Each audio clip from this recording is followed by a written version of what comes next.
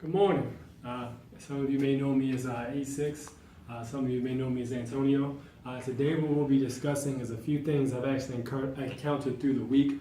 As some of you may know, I was out for a little while, had a few health problems I was dealing with, but we're back on track. So all I really did was follow the simple instructions that I had put on previous videos to help you kind of get through those incidences and get through those weak spots so that you can push through and continue to stay on your move. All right, so this week, very interesting story. I'm not going to say any names, but I had a person who I'm very close and familiar with. They had a story that they heard from somebody else about one of their closest friends. And it was interesting because it was like very out of left field information. And my whole situation with that was when I first heard the story, I initially didn't believe it because, you know somebody, who for a long time, and then you hear something that's like completely disturbing and you don't necessarily buy into it right away. Well, the person who told me was actually very convinced about what that person was told, and they ran it past me to see what I thought. So I basically gave them my opinion, and I basically told them, I feel as though you should handle it this way.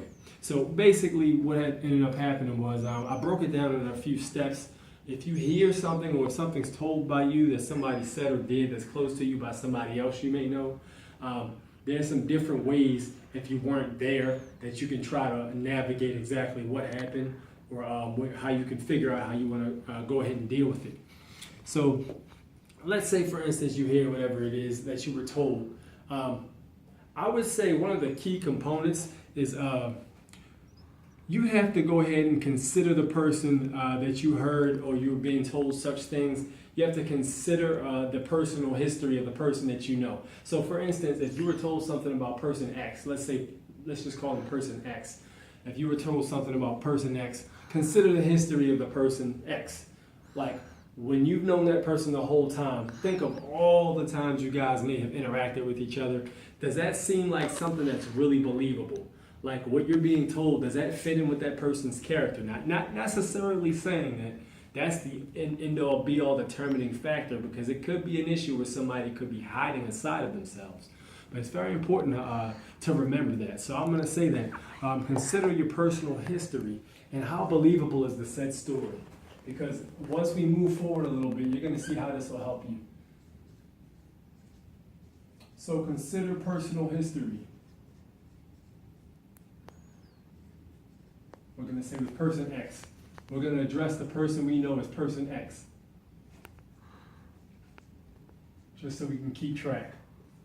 All right, we'll say, we'll just put up here,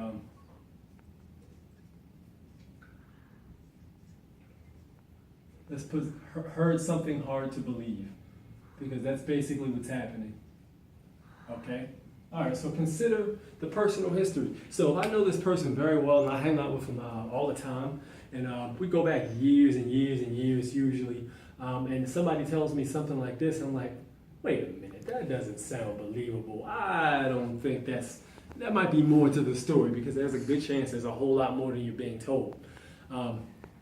Okay, also, you want to try to consider the credibility of the source. Does the person that's telling you lie? Do they have a history of stirring up drama? Do they often talk crazy or rude? Do they have a history of being negative? These are all things that matter, because that's going to affect the source of the person who's telling you. So let's call it the person who's telling you the information, person Y. So consider the credibility of person Y.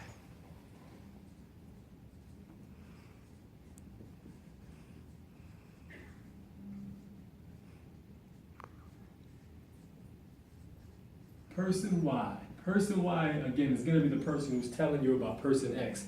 Now, again, you weren't there, so you don't know exactly what happened. You don't know if person Y is lying or if the person Y is exaggerating, because often what will happen is if you have person Y that, let's say they're very close to person X, and person X does something to make the person Y upset, person Y might go and tell a story about person X that's exaggerated.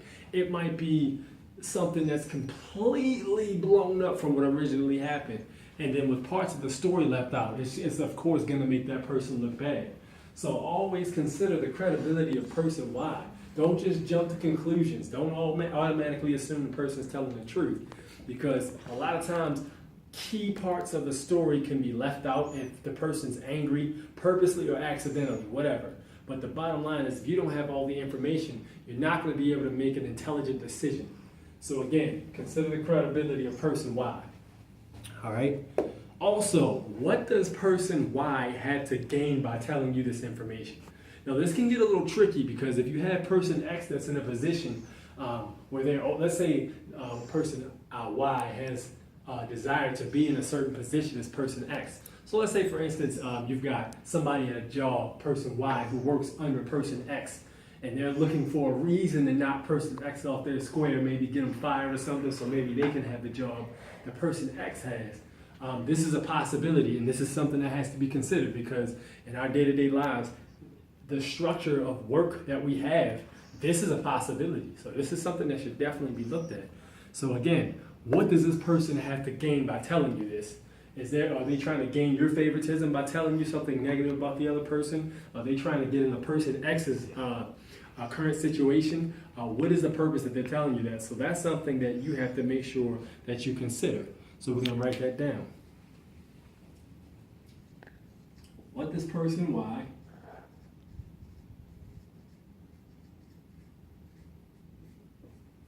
have to gain by telling you this?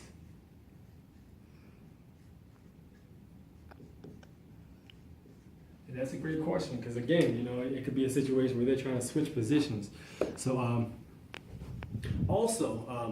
we actually glossed over this earlier, but consider the source's relationship to the person that the things are being said about. So consider person Y's relationship with person X.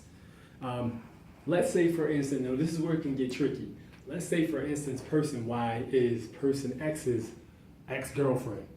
So let's say person X did something to make person Y upset. So now person Y goes into the files of things that were never told to anybody else by person Y about person X, because you know, when you're in a relationship with somebody, they're going to know things about you other people don't know. So let's say that person goes into the archives and decides to really start hitting low and try to tell people things about you that you really didn't want to get out there. Excuse me, things about person X that you really didn't want to get out there.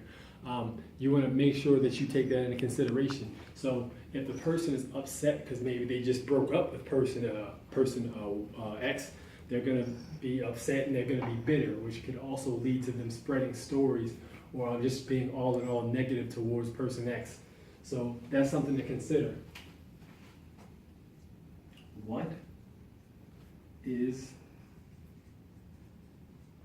person Y relationship with person X? What relationship did they have? Because that can be a deciding factor by itself of whether the story is true or not. All depending on how the situation ended, how the situation went. These are all things that can all factor in, but this alone to me can determine whether or not it's true. So with that said, let's move on to the next one. I always say at the end, you want to make sure you hear both sides of the story.